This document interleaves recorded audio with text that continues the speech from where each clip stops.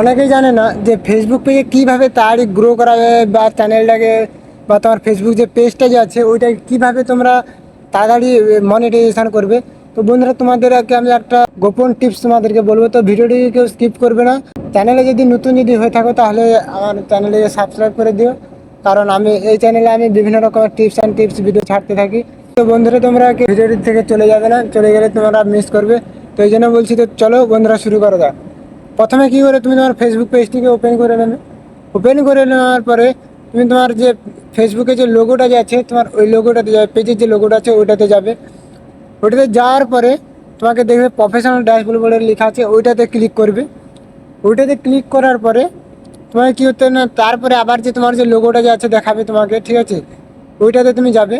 ওইটাতে যাওয়ার পরে তোমার সামনে দেখাবে উইকলি প্রোগ্রেস বলে লেখা আছে, ওইটাতে ক্লিক করবে।